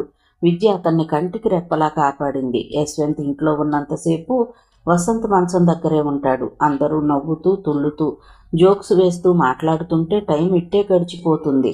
వసంత్కి చిత్రంగా ఆ ఇంటికి వచ్చిన తర్వాత కంటి నిండా నిద్ర పట్టింది. ఆకలి కరకరా వేయసాగింది. నిద్ర ఆహారం పడేసరికి శరీరానికి సత్తు వచ్చింది. అతను ఈ ఇంటికి వచ్చిన ఈ 4 రోజుల్లో చాలా విషయాలు తెలుసుకున్నాడు. వసంత్కి మొదట్లో యశ్వంత్ అంటే చెప్పలేనంత ఈర్షిగా అనిపించింది. కానీ రాను రాను రోజులు గడిచే కొద్దీ వారిద్దరి ప్రవర్తనని మాటల్ని నిశ్చింతగా పరిశీలించినప్పటి నుండి యశ్వంత్ సంస్కారవంతుడని పరోపకార బుద్ధి గలవాడని తెలిసింది. విద్యని అతను బుట్టలో వెయ్యలేదు. విద్యకే అతనంటే ఇష్టం కలిగింది. అర్థమవసాగింది. యశ్వంత్లో కొన్ని మంచి గుణాలున్నాయి. ఒకటి అతని సౌజన్యత. రెండోది ఏదీ పట్టించుకోడు. ఎంతసేపు ఎదటి వారికి తన వల్ల ఏం మేలు జరుగుతుందా అని చూస్తాడు. ఆ సహజ గుణంతోనే అతను వసంత్ని అంత బాగా చూడగలిగాడు. ఇది ఇష్టం లేకపోయినా వసంత్కి ఒప్పుకోక తప్పటం లేదు. తను విద్యతో మాట్లాడుతున్నా జోక్ చేస్తున్నా అతను కాస్త కూడా ఈర్ష్యపడ్డు. పైనుంచి ఆ ఆనందాన్ని తాను కూడా పంచుకుంటాడు. వసంత్ విద్యకి ఫ్రెండ్ కాబట్టి తనకు కూడా ఫ్రెండే అన్నట్లుగా ఇష్టపడతాడు, గౌరవిస్తాడు. విద్య యశ్వంత్ని చేసుకుని సంతోషంగా స్వతంత్రంగా తన ఎప్పటి వ్యక్తిత్వానికి వేసమైన తేడా లేకుండా మసలుతోంది. ఇదే తనతో పెళ్లి జరిగితే విద్యకి ఇది సాధ్యమయ్యేదా? తన తల్లిదండ్రులు రాబోయే కోడల మీద ఎన్ని ఆంక్షలు పెడుతున్నారు. విద్య పెళ్లి మాట వినగానే తండ్రి పేడ విరగడైంది. వీడి మనసు ఎలా మార్చటమా అని మదనపడి చస్తున్నాను. రావు నాకు ఫ్రెండ్ కావచ్చు, కానీ నాతో వియ్యం పొందే అర్హత వాడికి ఎక్కడేడ్చింది? వాడి కూతుర్ని చేసుకుంటే ముందు నాకు తెలిసిన వాళ్ళు నలుగురు వస్తే భోజనం పెట్టగలడా అనటం అతని చెవుల్లో పడింది. ఆ క్షణంలో తండ్రి ఆడే నాటకాన్ని చూసి అతని మనసు విరిగిపోయింది. తన పెళ్లి విద్యతో జరుగుతుంది అని తాను అన్నప్పుడు వీళ్ళ అసలు రంగులు బయటకు వచ్చేవన్నమాట. చిచ్చి, ఏం మనుషులు! అటు విద్య అలా చేసింది, ఇటు తల్లిదండ్రులు ఇలా అసలు రంగు బయట పెట్టారు. అతను తట్టుకోలేకపోయాడు. తనకెవ్వరూ లేరనిపించింది. తను ఎవరి కోసం బతకాలి అనిపించసాగింది. అతని ఆశాభంగం అనే అఘాతంలోకి జారిపోసాగాడు. అతనికి చాలా విరక్తిగా అనిపించసాగింది. కానీ విద్యలో తను అభిమానించి ఇష్టపడే స్నేహితురాలు ఎప్పటిలాగానే ఉంది. ఆమె కాస్త కూడా మారలేదు. ఒకటి చూసి ఒకటి అనుకున్నానా అనే సంశయంలో పడసాగాడు అతను. చనువు పెరిగిన తర్వాత ఒకసారి యశ్వంత్ని అడిగేశాడు. యశ్వంత్, ఒక్క మాట అడుగుతాను, నిజం చెప్తారా? అడగండి, మనం మగవాళ్ళం. సాటి మగాడిగా అడుగుతున్నాను. విద్యతో నా స్నేహం గురించి వింటే మీకేమీ ఈర్ష్య అయిష్టం కలగటం లేదా? లేవు. ఎందుకని? నేను విద్యని సరిగ్గా అర్థం చేసుకున్నాను కాబట్టి. విద్యకి మీరంటే చాలా ఇష్టం. ఆ ఇష్టం నా మీద ఉండే ఇష్టం లాంటిది కాదు అని మాత్రం నాకు బాగా తెలుసు. పెళ్లికి ముందు విద్య మీ దగ్గర నుంచి పర్మిషన్ లెటర్ వస్తేనే మా పెళ్లి జరుగుతుందని చెప్పింది. వస్తుందా రాదా అని సంశయంలో పడింది.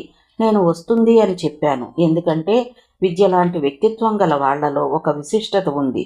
ఒకసారి పరిచయం అయితే మనం అంత త్వరగా వదులుకోలేని మాధుర్యం ఏదో మనకి లభిస్తుంది. కాబట్టే రాజీ పట్టడానికి సిద్ధమవుతాం. విద్యని నేను పెళ్లి చేసుకున్నా మీరు మామూలుగా ఉండటానికి ఎలా సిద్ధమయ్యారో నేను కూడా ఇప్పుడు సరిగ్గా అదే స్థితిలో ఉన్నాను. మిమ్మల్ని చూసి ఈర్ష్యపడ్డానంటే అది నన్ను నేను చులకన చేసుకోవటం, నా హుందాతనాన్ని నేనే తగ్గించుకోవటం. మిమ్మల్ని చూసి ఈర్ష్యపడే మనస్తత్వం నాకుందని తెలిస్తే విద్య నాకు 1000 మైళ్ళ దూరంలో వెళ్ళి నిలబడుతుంది. అయినా విద్యకి ప్రాణంలా భావించే తండ్రిని నేను సహించగలిగినప్పుడు విద్య ఫ్రెండ్గా మిమ్మల్ని మాత్రం ఎందుకు సహించలేను అన్నాడు. యశ్వంత్ వెళ్ళిపోయిన తర్వాత కూడా వసంత్ ఆలోచనలో మునిగిపోయాడు. అతనికి యశ్వంత్ చెప్పిన మాటలు గుర్తు చేసుకుంటున్న కొద్దీ అతను చెప్పింది ఎంత నిజం అనిపించసాగింది. ఒక విధంగా చూస్తే తాను మళ్ళీ ఇలా వాళ్ళ జీవితంలోకి రావటం, అది యశ్వంత్కి పరీక్ష, తనకు కాదు. విద్య పెళ్లికి ముందు, పెళ్ళైన తర్వాత ఎప్పుడూ తన స్నేహితురాలే. విద్య ఎవరితో ఏ సంబంధం పెట్టుకున్నా ఆ సంబంధానికి ఒక అనిర్వచనీయమైన అందం, స్ఫూర్తి వస్తాయి. విద్యలో ఎదుటివారిని ప్రేమించే మనసు ఉంది. తనకి తెలియకుండానే ఎదుటి వ్యక్తికి తోడు నీడ అవుతుంది. అంత మాత్రాన విద్య కేవలం నా ఒక్కరికే చెందుతుంది అని ఎవరైనా అనుకుంటే వాళ్ళు అమాయకులో, తెలివి తక్కువ వాళ్ళో లేక మూర్ఖులో అవుతారు. యశ్వంత్కి ఈ సంగతి బాగా తెలిసిందన్నమాట. వసంత్కి సిగ్గేసింది. ఇదేమిటి, ఇన్నేళ్లు దగ్గరగా ఉన్న తనకంటే ఈ మధ్య వచ్చిన యశ్వంత్ విద్యను బాగా అర్థం చేసుకున్నాడు. విద్య ఆనందరావు గారికి ఆత్మీయతనిచ్చే కూతురు, తనని ఎంతో ఇష్టంగా భావించే స్నేహితురాలు, యశ్వంత్ను ప్రాణంలా చూసే భార్య. పిల్లలు పుడితే వాళ్ళు తమ అందరికంటే అదృష్టవంతులేమో. వసంత్కి ఆ పూట నుండి చాలా ధైర్యం, నమ్మకం వచ్చాయి. యశ్వంత్ తన వ్యక్తిత్వాన్ని నిలబెట్టుకున్నట్లే తాను తన సంస్కారాన్ని నిలబెట్టుకోవాలి. ఆ సాయంత్రం ప్రభాకర్ చెల్లెల్ని వెంటబెట్టుకొచ్చాడు. ఆ అమ్మాయి పేరు సుమతి, BA పూర్తయిందట. ప్రస్తుతం ఖాళీగానే ఉందట. పెళ్లి ప్రయత్నాలు చేస్తున్నామని ప్రభాకర్ చెప్పాడు. కలకత్తాలో మేం పెట్టిన యూనిట్కి అంతా సిద్ధమైందండి. పర్మిషన్ కూడా వచ్చింది. వసంత్ ఆ బ్రాంచ్లో ఉంటే వ్యాపారం బాగా సాగుతుందని నా నమ్మకం. వీడిని వెళ్ళమంటున్నాను అన్నాడు ప్రభాకర్. విద్య శ్రద్ధగా వాళ్ళ వ్యాపారాల గొడవలు వింది. సుమతి మాటకారి కాదు, నవ్వు ముఖంతో చూస్తూనే కూర్చుంది. మధ్య మధ్యలో వసంత్ వైపు దొంగచూపులు చూడటం కూడా విద్య గమనిస్తూనే ఉంది. వసంత్కి ఆ ధ్యాసే లేదు. అతను సీరియస్గా ప్రభాకర్తో వాదనలో ఉన్నాడు. వాళ్ళు వెళ్ళిపోయారు. మీరు మా ఇంటికి తప్పక రావాలి, సుమతి చెప్పి వెళ్ళింది. వసంత్ తీసుకొస్తాడుగా అన్నాడు ప్రభాకర్. వసంత్ వస్తే గాని నేను రాకూడదా? ఆ మాట చెప్పండి అంది విద్య. అందరూ గొల్లు నవ్వారు. ప్రభాకర్ వెళ్ళిపోయాడు. యశ్వంత్ ఇంకా ఇంటికి రాలేదు. వసంత్, విద్య అతని కోసం భోజనాలు చేయకుండా ఎదురు చూస్తూ కూర్చున్నారు. నువ్వు కలకత్తా వెళితే బాగుంటుందేమో వసంత్, ప్రభాకర్ అంతగా చెప్తున్నాడు అంది విద్య. నువ్వు వెళ్ళమంటే వెళతాను అన్నాడు అతను పుస్తకం చూస్తూ. నేనా? అవును, నువ్వే పర్మిషన్ ఇవ్వాలి. పర్మిషనా? అవును. ఎందుకు? నీ పెళ్లికి నా పర్మిషన్ ఎందుకు అడిగావో చెప్పు. నువ్వు ఒప్పుకుంటే గానీ చేసుకోను అన్నావుగా. నేను అంతే విద్య. నీ పెళ్ళయిన తర్వాత ఇక మనిద్దరం ముఖాలు చూసుకోలేము అనుకున్నాను. ఒక విధంగా నేను ఇక బ్రతికి వేస్ట్ అనే విరక్తి వచ్చింది. నువ్వు నన్ను చిత్రంగా అందులోంచి లేవనెత్తావు. నీ పెళ్లికి నాకు సంబంధం లేదన్నట్లుగా చేశావు. అప్పుడు నేను ఈ ఊరి నుంచి వెళ్ళిపోదామని ప్రభాకర్ని ఎంకరేజ్ చేశాను. అదేమిటో అదంతా అనుకోకుండా చాలా త్వరగా సెటిల్ అయిపోయింది. నువ్వు మళ్ళీ నాకు ఇలా కలిసిన తర్వాత నేను అక్కడికి వెళ్ళాలి అంటే అది నీకు ఇష్టం అయితేనే చెయ్యాలి అనిపిస్తుంది. అందుకే నీ పర్మిషన్ అడుగుతున్నాను అన్నాడు. విద్యకి చాలా సంతోషం కలిగింది. ఇలాంటి స్నేహితుడున్నా నేనెంత అదృష్టవంతురాల్ని అనే గర్వం కలిగింది. అది నీ భవిష్యత్తుకి చాలా మంచిది. నువ్వు వెళ్లాల్సిందే వసంత్ అంది. వసంత్కి ఈ మాట రవ్వంత ఆశాభంగమే కలిగించింది. మర్నాడు అతను ఆఫీస్కి వెళుతున్నాడు. విద్య దగ్గరకు వచ్చింది. అతను నవ్వుతూ అన్నాడు, విద్య, నీ చేతిలో ఏదో మంత్రదండం ఉంది సుమా. ఎందుకలా అంటున్నావు? నేను మళ్ళీ ఇంత ఉత్సాహంతో ఇలా ఆఫీస్కి వెళతానని అనుకోలేదు. నువ్వే చెప్పావుగా అనుకోనివి చాలా జరుగుతాయని అంది నవ్వుతూ. నువ్వు నన్ను ఇలా మీ ఇంటికి తీసుకురాకపోతే బహుశా నేను చచ్చిపోయి ఉండేవాడినేమో. అతని కంఠం జీరబోయింది. వసంత్, అలా అనకు విద్య. నాకు బలాన్నిచ్చింది మందులు, టానిక్కులు, బత్తాయి రసం ఇవి కావు. నువ్వు యశ్వంత్ చూపిన ఆదరణ. నువ్వే నన్ను మృత్యుముఖంలోకి తోశావు. నువ్వే నన్ను బయటికి లాగావు. అతని కళ్ళల్లో తడి కనిపించింది. అతను వెళుతుంటే యశ్వంత్ బయట నుండి వస్తూ ఎదురయ్యాడు. ఇద్దరూ చేతులు చాచి కరచాలనం చేసుకున్నారు. మీకు ఎలా కృతజ్ఞతలు చెప్పాలో తెలియడం లేదు అన్నాడు వసంత్. మనలో మనకు అంత పెద్ద మాటలు ఎందుకు? దాందేముంది, రేపు మాకేదైనా ఇబ్బంది వస్తే మీరేగా చూడాలి అన్నాడు. తప్పకుండా చూస్తాను, కానీ అలాంటి అవసరం రావద్దు గొణుక్కుంటున్నట్లుగా అన్నాడు. యశ్వంత్ వసంత్ని రండి నేను డ్రాప్ చేస్తాను అని కారులో తీసుకువెళ్ళాడు. విద్య గుమ్మంలో నిలబడింది. ఇద్దరూ వెళుతూ ఉండగా చేతులు ఊపారు. విద్యకి ఆ ఇద్దరిని చూస్తుంటే చాలా సంతోషం కలిగింది. విపుల వచ్చింది. చూడగానే వట్టి మనిషి కాదని భారంగా తెలుస్తోంది. విపులను చూడగానే విద్య మెట్లు దిగి ఎదురు పరిగెత్తు వెళ్ళి చేతులు పట్టుకుంది. కంగ్రాచులేషన్స్. ఎన్నో నెల అంది విద్య. 6వ నెల. నువ్వేమిటోయ్ మా అందరికీ ఒక్కసారిగా ఇలా షాక్ ట్రీట్మెంట్ ఇచ్చేశావు. మా యశ్వంత్ని ఎలా పెళ్ళాడేశావు అంది విపుల. లోపలికి రా అంది విద్య. ఇద్దరూ లోపలికి వచ్చారు. విపుల కూర్చుంది. విద్య, నువ్వు యశ్వంత్ పెళ్లి చేసుకున్నారనే వార్త మా ఆయన చెబితే నేను నమ్మలేకపోయాను సుమా. మా అత్తగారింట్లో మా ఇంటికి వచ్చిన బంధువులందరి నోళ్లలోనూ ఇదే మాట. నేను నిన్ను చూడాలని తప్పిస్తున్నాను. నేను ఇక్కడికి రావాలంటే మాటలా? మా ఆయన అత్తామామల పర్మిషన్ కావాలి. ఈయన్ని అడిగితే వాళ్ళ అమ్మా నాన్నలను అడగమని, వాళ్ళని అడిగితే మాదేముంది మీ ఆయన్ని అడగమని వంతులు పోయేవాళ్ళు. చివరికి ఇప్పుడు ఒప్పుకున్నారు. అవును, మొత్తానికి భలే వాడిని సంపాదించావు. మీ నాన్న ₹1,00,000 కట్నం పోసినా ఇలాంటి సంబంధం తేగలిగేవాడా? విద్యకి ఈ మాటకి మనసు చివుక్కుమంది. విపుల అది గమనించలేదు. ఏమ్మా, చదువు ఉద్యోగం అంతా ఏమైపోయింది? నాకు లెక్చర్ ఇచ్చావుగా. అబ్బా క్షమించేద్దు అంది విద్య. ఎవరిదాకా వస్తే కానీ వాళ్ళకి తెలియదు అని ఒప్పుకుంటావా? కానీ భలే అదృష్టవంతురాలివి. నా పెళ్లికి ఆ రైలు ఆగిపోవటం పుణ్యమా అని మీ ఇద్దరి మధ్య పరిచయం పెరిగిపోయింది. నువ్వు జన్మంతా నాకు కృతజ్ఞురాలిగా ఉండాలి సుమా. తెలిసిందా? తెలిసింది.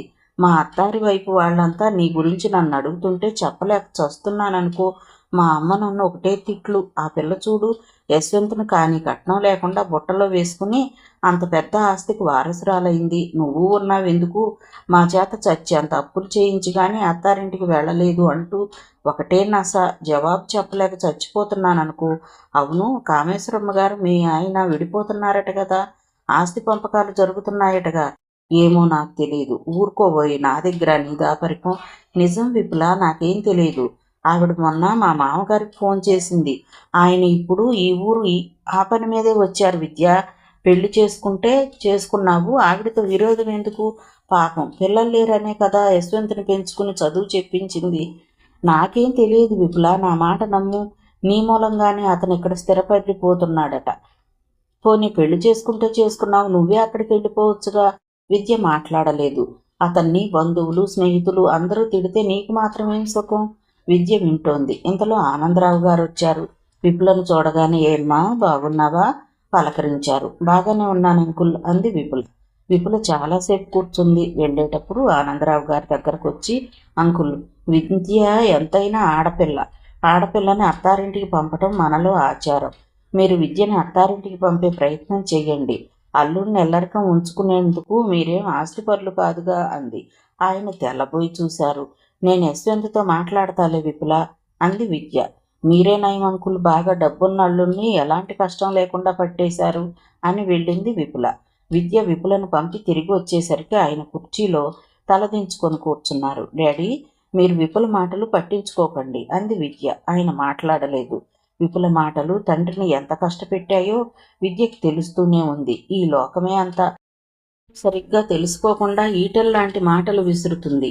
అది దాని నైజం, మనం పట్టించుకోకూడదు అనుకుంది విద్య. ఆ సాయంత్రం యశ్వంత్ వచ్చాడు. అతను ఉదయం వెళ్ళిపోతాడు, సాయంత్రం వస్తాడు, ఏవో పనులంటాడు. ఆ రోజు తర్వాత అతను విద్యని తన సొంత తల్లిదండ్రుల దగ్గరికి కానీ ఇటు కామేశ్వర దగ్గరకు కానీ తీసుకెళ్లలేదు. ఆ విషయాలేవి అతను చెప్పడు, విద్య అడగదు.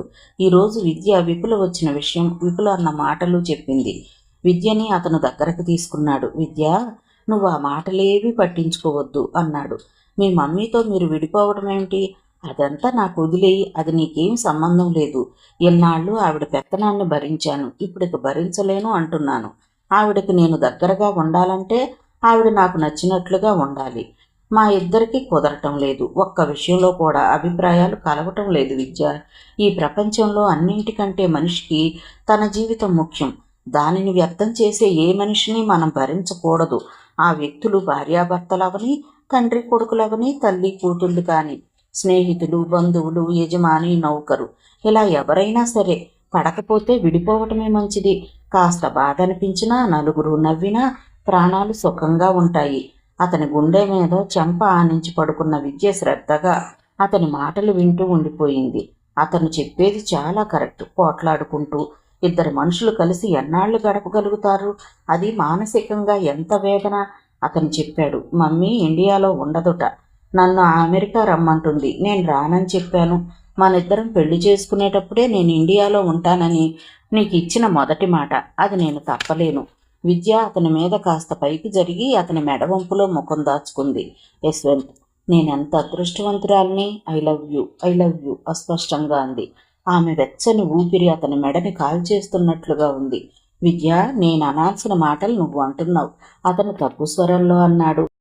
మనంలో ఒకరికి ఒకరు మనస్థైర్యం, ఒకరికి ఒకరు ఉన్నామనే భావన కొండంత అండగా అనిపిస్తుంది. జీవితంలో ఎలాంటి చిక్కు ఎదురైనా ఈ మనోబలంతో అవలీలగా దాటగలమనే ఆత్మస్థైర్యం. అందుకే పెళ్లికి ఈడు జోడుగా ఉండే జంట ఎంత ముఖ్యమో మనసులు ఎరిగిన మనుషులు కూడా అంతే ముఖ్యం. ఈ జీవన ప్రవాహంలో అప్పుడప్పుడు ఇబ్బందులు అనే పెను తుఫాన్లు, కష్టాలు అనే ఉధృతి వరదలు వచ్చేస్తూ ఉంటాయి. వాటి మధ్య నుంచి జీవిత నౌకని నిబ్బరంగా నడుపుకుంటూ గమ్యం చేరాలంటే మన మనసుని మనకంటే బాగా ఎరిగిన జీవిత భాగస్వామి కావాలి. అప్పుడే మనిషి ఏదైనా ఎదుర్కోగలుగుతాడు. ఈ ప్రపంచంలో మనిషి తన కోసం తాను అంటే ఎంత విస్తృతంగా దేనికోసమో ఆరాటపడ్డు. తన వాళ్ళు అని నమ్మే భార్యాపిల్లల కోసమో బంధుమిత్రుల కోసమో అయితే 1000 ఏనుగుల బలం వచ్చినట్లుగా శ్రమ పడగలుగుతాడు. అందుకే నాది అనే భావన కన్నా మనది అనే భావనే ఉత్తమమైనది. విద్యకు అప్పుడప్పుడు యశ్వంత్ చేతుల్లో ఒదిగి ఇలా ప్రపంచాన్ని గురించి మనిషి గురించి తెలుసుకోవడం అంటే ఎంతో ఇష్టం. ఆనందరావు గారు ముందు గదిలో కూర్చుని పరీక్ష పేపర్లు దిద్దుతున్నారు. ఆయన టేబుల్ మీదకు వంగి పేపర్ చూస్తూ మార్కులు వేస్తున్న వారల్లా పెన్ను టేబుల్ మీద పెట్టేసి అబ్బా అంటూ వెనక్కు వాలారు. నడుం మీద చేత్తో రాసుకున్నారు. కాళ్ళు బార చాచుకోబోయారు. అవి వెంటనే రాలేదు. ఆయన ముఖంలో బాధ కనిపించింది. అరచెయ్యి చూసుకుని చేతివేళ్లు విప్పి ముడిచి విప్పి చూశారు. శరీరంలో కీళ్లు ఉన్న ప్రతి చోట పట్టేసినట్టు ఒకటే నొప్పి. ఆయనకి సంవత్సరం నుండి ఈ కీళ్ల నొప్పి వ్యాధి మొదలైంది. హోమియోపతి మందు వాడారు, తగ్గినట్టే. తగ్గి ఒక్కోసారి ఉధృతంగా వచ్చేస్తుంది. ఈ బాధతోనే ఆయన కాలేజీలో లెక్చరర్ జాబ్కి రాజీనామా చేసేద్దామనుకుంటున్నారు. తనకి వార్ధక్యం వచ్చేసింది. విద్యకి పెళ్ళయింది. ఒకళ్ళో ఇద్దరో పిల్లలు పుడితే వాళ్ళ ముద్దు మురిపాలు చూడాలనుంది. అంతకంటే ఆయనకి ఈ జీవితం పట్ల ఇంకేమీ కోరికలు లేవు. విద్య ఆడపిల్లైనా ఆయనకి మగపిల్లవాడు లేని లోటు తీరుస్తుంది. వార్ధక్యంలో తన పరిస్థితి ఏమవుతుందోననే బెంగ ఆయనకి రవ్వంత కూడా లేదు. ఒక్కోసారి విద్యను చూస్తుంటే ఇంత మంచి తల్లి నాకు లభించటానికి కిందటి జన్మలో నేనేం సుకృతం చేసుకున్నానో అనిపిస్తుంది. ఈ కేళ్లవాతం ఒకటి మహమ్మారిలా ఆయన వెంటపడింది. కూర్చొనియదు, నిలబడినియదు, ఒళ్ళంతా ఒకటే నొప్పులు. అమ్మా విద్య, ఆయన పిలిచారు. వస్తున్నా డాడీ. విద్య వచ్చింది. ఈ పూట ఇల్లంతా సర్దటం ప్రారంభించింది. ఎప్పుడు ఎంత సర్దినా ఎంత జాగ్రత్తగా ఉన్నా 6 నెలలకోసారి ఇంటిని తిరగతోడి అనవసరమైన పుస్తకాలు, సీసాలు, పనికిరాని వస్తువులు బొట్టలతో వస్తూనే ఉంటాయి. విద్య అలా అప్పుడప్పుడు నిర్దయగా అన్ని వస్తువులు తీసి పారేస్తుంది. కాబట్టే ఆ ఇల్లు చిన్నదైనా అలా పొందిగ్గా నీటుగా ఉంటుంది. గుమ్మానికి ఉన్న కర్టన్లు పీకి సర్ఫులో తడిపింది. పుస్తకాలు, బట్టలు అల్మరాలో సర్దింది. చీర కుచ్చెళ్ళు బొడ్డు దగ్గర దూక్కుంది. దుమ్ము రావడంతో విద్యకు తుమ్ములొచ్చాయి. ముక్కంతా ఎర్రబడింది. పైనుంచి దులిపిన బూజు తల మీద పడింది.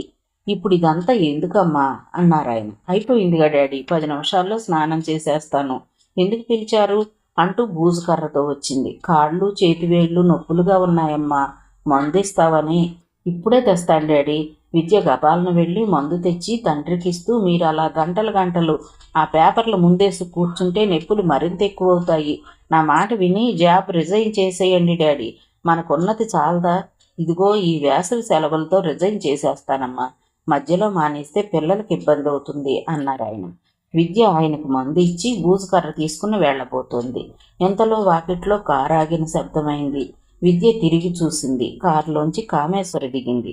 విద్యకి ఆవిడను చూడగానే సంతోషం, ఆశ్చర్యం రెండూ కలిగాయి. ఇందులో బూజుకర్ర మాట కూడా మర్చిపోయి అలాగే ఎదురెళ్ళింది. కామేశ్వరి కారు తానే డ్రైవ్ చేసుకుని వచ్చింది. కారులో నుంచి దిగి డోరు టపీమని వేసింది. వెనక్కు తిరిగి విద్య వైపు వచ్చింది. ఆవిడ నల్ల రంగు మీద పెద్ద పింకు చక్రాలున్న షిఫాన్ చీర కట్టుకుంది. స్లీవ్లెస్ బ్లౌజ్ వేసుకుంది. మెడలో 3 వరుసలు అసలైన ముత్యాల దండ ఉంది. ఎత్తు చెప్పులేసుకుంది. ఎత్తు తక్కువగా ఉందేమో, పొట్టిగా తెల్లగా ఉంది. చేతిలో పర్సుంది. నమస్కారం, రండి. విద్య చేతిలో బూజుకర్ర పడేసి చొప్పున చీర కుచ్చిళ్ళు కిందికి దించుతూ అంది. కామేశ్వరి విద్యని ఎగాదిగా చూసింది. మెట్లెక్కి సరాసరి వరండాలోకి వచ్చింది. ఎవరమ్మా వచ్చింది?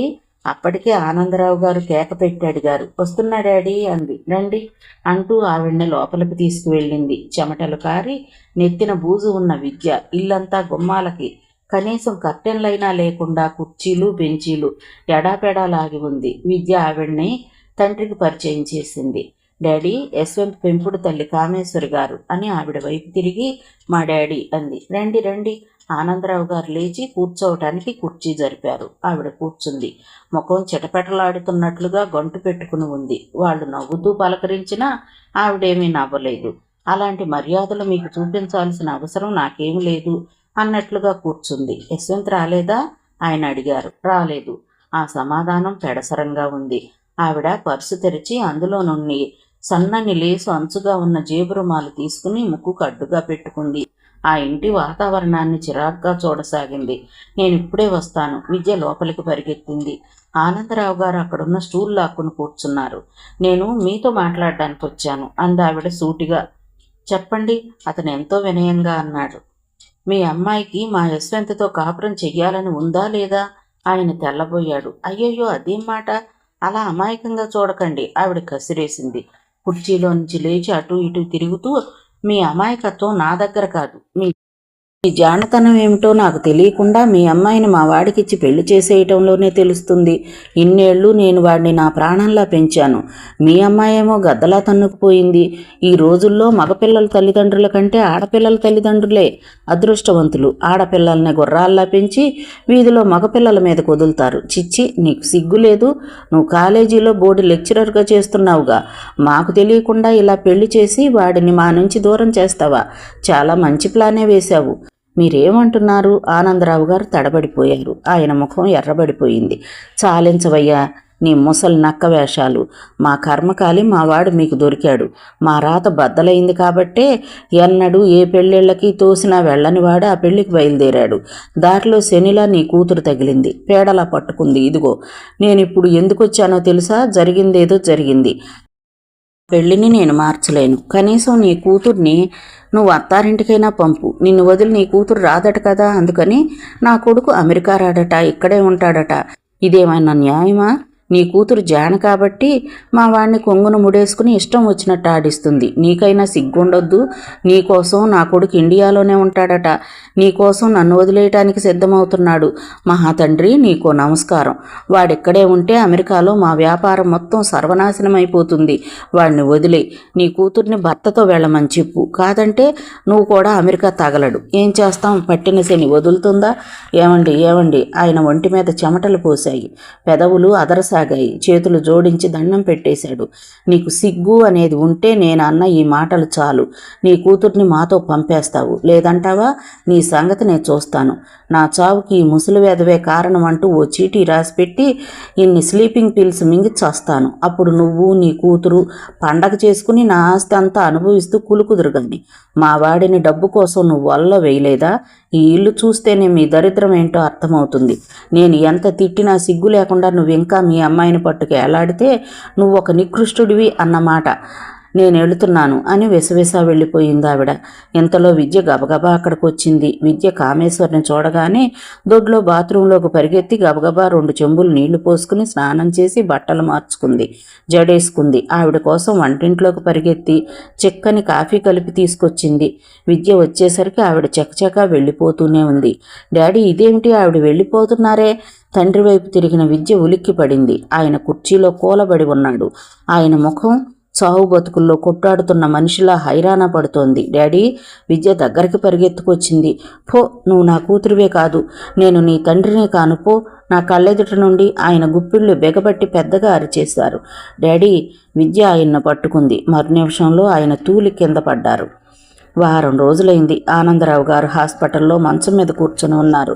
ఈ వారం రోజుల్లో ఆయనకి హార్ట్ అటాక్ వచ్చి తగ్గింది. డాక్టర్ ఆయనకి విశ్రాంతి కావాలని చెప్పారు. రేపు డిశ్చార్జ్ చేస్తానన్నారు. ఈ వారం రోజులు వసంత్ కూడా హాస్పిటల్కి వస్తూనే ఉన్నాడు. ఆనందరావు గారి ఇంటికి వెళ్ళనన్నారు. ఇదేమి డాడీ అంది విద్య కుమిలిపోతూ. ఈ వారం రోజుల నుంచి ఆయన ప్రవర్తన చాలా వింతగా ఉంది. ఆయన యశ్వంత్ని విద్యను తీసుకెళ్లమని పదే పదే చెప్తున్నారు. ఇప్పుడు ఆ మాటలు ఎందుకు అని యశ్వంత్ అంటే ఆయన వినటం లేదు. ఆయన కామేశ్వరి అన్న మాట వసంత్కి చెప్పారు. వసంత్ చెయ్యి పట్టుకుంటూ, వసంత్, నేను నీ దగ్గర ఉంటాను. కాస్త నయమై ఓపిక చిక్కిన తర్వాత ఏ ఓల్డ్ పీపుల్ హాస్టల్కైనా వెళ్ళిపోతాను. నువ్వు నీకు ఇష్టం లేకపోయినా కష్టం అనుకోకుండా ఒక్క నెల రోజుల పాటు నాకు ఆశ్రయం ఇవ్వాలి అన్నారు. అంకుల్, అంత మాటలు అనకండి. మీరు జీవితాంతం నా దగ్గరే ఉండొచ్చు. మీ ఇష్టం ఎలా ఉంటే అలా జరుగుతుంది అని బుజ్జగించారు. ఆయనని మాటల ద్వారా వసంత్ మెల్లిగా కామేశ్వరి అవమానపూర్వకంగా అన్న మాటలు అన్నీ చెప్పించి విన్నాడు. ఆనందరావు గారు ఇన్నాళ్ల వయసులో ఎప్పుడు ఎవరి చేత ఒక చిన్న మాట కూడా పడి ఎరగడు. ఆయనకి బ్యాంక్ అకౌంట్స్ పెద్దగా లేవు, కానీ గౌరవ సంపద అపారంగా ఉంది. ఆయన కామేశ్వరి చేసిన అవమానాన్ని తట్టుకోలేకపోతున్నారు. విద్య తనతో ఉంటే, విద్యకి తాను దగ్గరగా ఉంటే ఆవిడ అన్నమాట అక్షరాల నిజమని రుజువవుతుంది. విద్య యశ్వంత్కి జరిగినదంతా చెప్పింది. అతని ముఖం మ్లానమైంది. విద్య ఆవేశంగా ఉంది. పెద్ద ఆయన్ని ఆవిడ అలా అనొచ్చునా? ఆవిడకు బుద్ధి ఉందా? ధైర్యం ఉంటే నన్ను అడగాల్సింది. విద్య, ఆవిడ మాటలు నువ్వు పట్టించుకోకు అన్నాడు యశ్వంత్. పట్టించుకోవద్దా? నేను ఇప్పుడు వెళ్ళి ఆవిడని చెప్పు తీసుకుని ఎడాపెడా కొట్టొస్తాను. నువ్వు పట్టించుకోకుండా ఉండు మరి. ఆ క్షణంలో విద్య ముఖం చూస్తే అంత పని చేసేలా ఉంది. అంత ఆవేశంగా ఉంది. విద్య, ప్లీజ్, నువ్వు ఈ పరిస్థితిని అర్థం చేసుకుని సహనం చూపిస్తే అంతా చక్కబడుతుంది. ఆవేశపడితే రగడ జరిగి అందరూ నవ్వుల పాలవుతాం. అలా నవ్వుల పాలు చేయటానికే ఆవిడ ఇలా చేసింది. ఇలారా కూర్చో. మనిద్దరం సమస్య వచ్చినప్పుడు ఒకరి పట్ల ఒకరికి ఇంకా నమ్మకం పెరిగేలా ప్రవర్తించాలి. ఆవిడికి నువ్వు ఎందుకు బుద్ధి చెప్పవు? నువ్వంటే భయం ఉంటే ఇలా చేస్తుందా అంది విద్య. నీకు తెలియదు విద్య, కొంతమంది మనుషులు ఇంతే. వాళ్ళు అనుకున్నది జరగటం కోసం ఎంతకైనా తెగిస్తారు. వాళ్ళకి లజ్జాభిమానాలు ఉండవు. చిల్లర వాళ్లలా బజార్న పడి ఎదుటివారిని గోల చేస్తారు. అలాంటి వాళ్ళు ఒక రాకాసి ముళ్ళకంప అనుకోవాలి. వాళ్ల దగ్గరికి ఎవరు వెళ్ళినా నిర్దాక్షిణ్యంగా చీరేస్తారు. అతను విద్యను మరింత దగ్గరగా తీసుకుని గుండెలకు హత్తుకున్నాడు. అందుకే విద్య మన పెళ్లి సంగతి ఆవిడకి తెలియనీయలేదు. తెలిస్తే జరగనివ్వదు. ఆవిడ దృష్టిలో నేను ఒక యంత్రాన్ని. ఆవిడ వ్యాపారం నిలబడాలి. ఆవిడ ఫ్రెండ్స్లో నేను గౌరవాన్ని రెట్టింపు చెయ్యాలి. జీవితం నా ఇష్టం వచ్చినట్లుగా కాకుండా ఆవిడ ఇష్టం వచ్చినట్లుగా నేను బ్రతకాలి. నేను చాలా విసిగిపోయాను విద్య. నేను నిన్ను పెళ్లి చేసుకున్నాను. అది ఆవిడకు పూర్తిగా ఇష్టం లేని విషయం. ఇప్పుడు ఇక నా అంతు తేలుస్తాను అంటుంది. చిత్రం ఏమిటంటే నా ఎదురుగా నన్నేమీ అనదు. రెట్టింపు ప్రేమతో చూస్తుంది. నా కోసమే తను బ్రతుకుతున్నాను అంటుంది. నా దగ్గరగా రాబోయిన ఎవ్వరినీ ఆవిడ సహించలేదు. వాళ్ళని ఏదో రకంగా అవమానించి వాళ్ళు నా నుంచి దూరంగా పారిపోయేలా తరిమి తరిమి కొడుతుంది. విద్య, నీకు ఇప్పుడే చెప్తున్నాను. కాలేజీలో చదివే రోజుల్లో అక్కడే ఉండే స్వర్ణ అనే అమ్మాయి పరిచయమైంది. ఆ అమ్మాయి చాలా బాగుండేది. మేము ఇండియన్స్ అంతా నెలకొకసారి ఒక్కొక్కళ్ళ ఇంట్లో కలుసుకుని కబుర్లు, వినోదాలు, విందులతో కాలక్షేపం చేసేవాళ్ళం. స్వర్ణ పట్ల ప్రేమ లాంటిది కూడా నాకేమీ తెలియదు. టీనేజ్లో ఉండేవాళ్ల ఇష్టం అది. మా మమ్మీకి తెలియకుండా నేను ఆ అమ్మాయితో 2 సార్లు సినిమాకి వెళ్ళాను. హోటల్కి వెళ్ళి భోంచేశాను. మమ్మీకి ఇది తెలిసింది. ఏం చేసిందో తెలుసా? నన్నేమీ అనలేదు. ఆ అమ్మాయిని పిలిచి మీ వాళ్ళకి మా వాడితో హోటల్లో రూమ్ తీసుకుని ఉన్నామని చెబుతాను అని బెదిరించింది. అందరిలో అల్లరి చేస్తానంది. వాళ్ళ నాన్న చండశాసండు. ఆ అమ్మాయి బెదిరిపోయింది. ఆ రాత్రి సీలింగ్ ఫ్యాన్కి ఉరి వేసుకుని చచ్చిపోయింది. ఎవరికి ఆ అమ్మాయి ఎందుకు చచ్చిపోయిందో తెలియదు. ఆ తర్వాత ఇప్పుడు నాకు తెలిసింది. ఆ క్షణం నుండి నేను ఆవిడికి దూరంగా వచ్చేయాలని ఆరాటం. విద్య, నువ్వు తెలివిగలదానివి, చదువుకున్న దానివి. కాస్త సహనం పడితే అంతా చక్కబడిపోతుంది. ప్లీజ్, నా కోసం, మనిద్దరి కోసం, అన్నింటికన్నా మనిద్దరం కలిసి ఉండటం ముఖ్యం. అతను విద్య గుండెల్లో తలదాచుకున్నాడు. అలాగే యశు, ఏమిటో నాన్నని అవమానపరిచిందనేసరికి నాకు ఆవేశం వచ్చేసింది అంది విద్య అతన్ని గుండెలకు హత్తుకుంటూ. యశ్వంత్ అన్నది అక్షరాల 100కి 100 పాళ్ళు నిజం. ఈ ఆవేశాలు తనని యశ్వంత్ నుంచి దూరం చేసే ప్రమాదం రానియకూడదు. విద్య ఆవేశం తగ్గింది. ఇద్దరూ ఆనందరావు గారి దగ్గరే ఉండటానికి నిశ్చయించుకున్నారు. మిగతా కథ తరువాతి భాగంలో చూద్దామండి. కథ విన్నందుకు ధన్యవాదాలు. ఈ నవల మీకు నచ్చితే ఒక లైక్ చేయండి, షేర్ చేయండి, నా ఛానల్ని సబ్స్క్రైబ్ చేసుకోండి, నన్ను సపోర్ట్ చేయండి.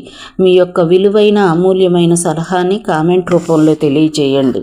కొత్త వాళ్ళు చూస్తున్నట్లయితే ప్లీజ్ సబ్స్క్రైబ్ చేసుకోండి.